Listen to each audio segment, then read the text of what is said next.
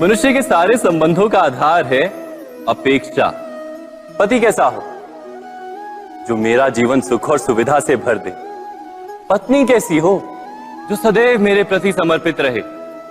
संतान कैसी हो जो मेरी सेवा करे, मेरा आदेश माने।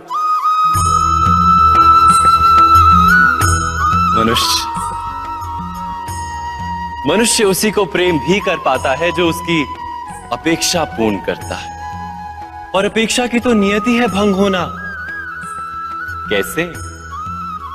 क्योंकि अपेक्षा मनुष्य के मस्तिष्क में जन्म लेती है। कोई अन्य व्यक्ति उसकी अपेक्षाओं के बारे में जान ही नहीं पाता। पूर्ण करने की प्रामाणिक इच्छा हो तब भी कोई मनुष्य किसी की अपेक्षाओं को पूर्ण नहीं कर पाता, और वहां से जन्म लेता है संघर्ष। सारे संबंध संघर्ष में परिवर्तित हो जाते। पर मनुष्य अपेक्षा को संबंध का आधार ना बनाए और स्वीकार करे केवल संबंध का आधार, तो क्या ये जीवन स्वयमेव सुख और शांति से नहीं भर जाएगा? स्वयं विचार कीजिएगा।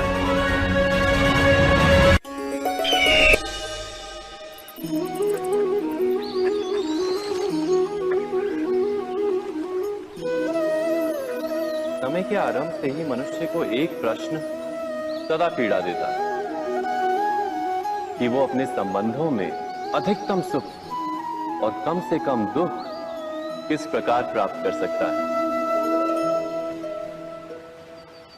क्या आपके सारे संबंधों ने आपको संपूर्ण संतोष दिया है? विचार कीजिए। हमारा जीवन संबंधों पर आधारित है। हमारी सुरक्षा संबंधों पर आधारित है। इसी कारण हमारे जीवन के सारे सुखों का आधार भी संबंध है। किंतु फिर भी हमें संबंधों में ही अधिकतर दुख क्यों प्राप्त होते हैं? सदा ही संघर्ष भी संबंधों से ही उत्पन्न क्यों हो जाते हैं?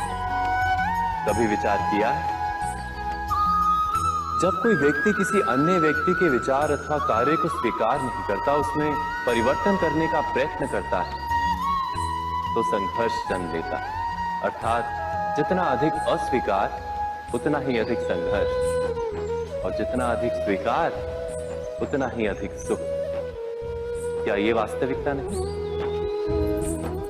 यदि मनुष्य स्वयं अपनी अपेक्षाओं पर अंकुश रखे, अपने विचारों को परखे, किसी अन्य व्यक्ति में परिवर्तन करने का प्रयत्न ना कर स्वयं अपने भीतर परिवर्तन करने का प्रयास करे, तो क्या संबंधों में संतोष प्राप्त करना इतना कठिन?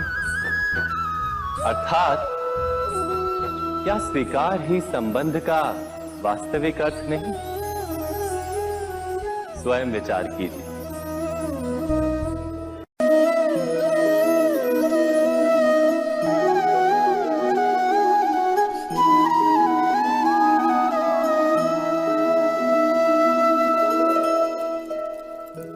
जब किसी व्यक्ति को किसी घटना में अन्याय का अनुभव होता है, तो वो घटना उसके अंतर को झकझोर देती। समस्त जगत उसे अपना शत्रु प्रतीत होता है। अन्याय लगने वाली घटना जितनी बड़ी होती है, मनुष्य का हृदय भी उतना ही अधिक विरोध करता है। उस घटना के उत्तर में वो न्याय मांगता है, और ये योग्य भी है। वास्तव में समाज में किसी भी प्रकार का अन्याय व्यक्ति की आस्था और विश्वास का नाश है। किंतु ये न्याय क्या है? न्याय का अर्थ क्या है? अन्याय करने वाले को अपने कार्य पर पश्चाताप हो, और अन्याय भुगतने वाले के मन में फिर से विश्वास जगे समाज के प्रति। इतना ही अर्थ है ना न्याय का। किंतु जिसके हृदय में धर्म नहीं होता, वो न्याय को छोड़कर बैर और प्रतिशोध को अपनाता है। हिंसा के बदले प्रतिहिंसा की भावना लेकर चलता है, स्वयं भोगी हुई पीड़ा से कहीं अधिक पीड़ा देने का प्रयत्न करता है, और इस मार्ग पर चलते अन्याय को भुगतने वाला स्वयं अन्याय करने लगता है। शीघ्र ही वो अपराधी बन जाता है, अर्थात न्याय और प्रतिशोध के बीच बहुत कम अंतर होता है, और इसी अंतर का नाम है धर्म। क्या ये सत्य नहीं? स्वयं विचार कीजिए।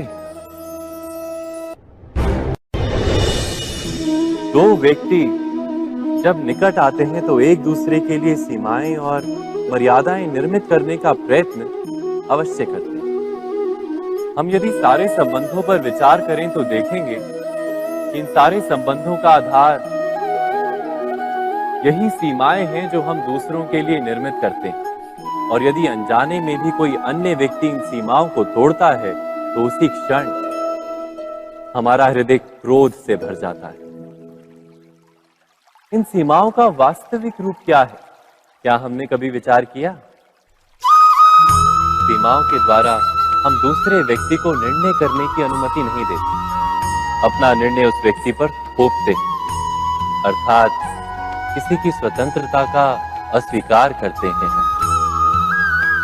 और जब स्वतंत्रता का अस्वीकार किया जाता है तो उसका हृदय दुख से भर जाता है, और जब वो सीमाओं को तोड़ता है तो हमारा हृदय क्रोध से भर जाता है।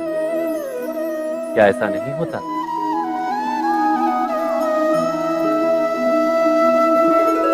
पर यदि एक दूसरे की स्वतंत्रता का सम्मान किया जाए तो किसी मर्यादाओं या सीमाओं की आवश्यकता ही नहीं होती, अर्थात जिस प्रकार स्वीकार किसी संबंध का देह है, क्या वैसे ही स्वतंत्रता किसी संबंध की आत्मा नहीं? स्वयं विचार कीजिए।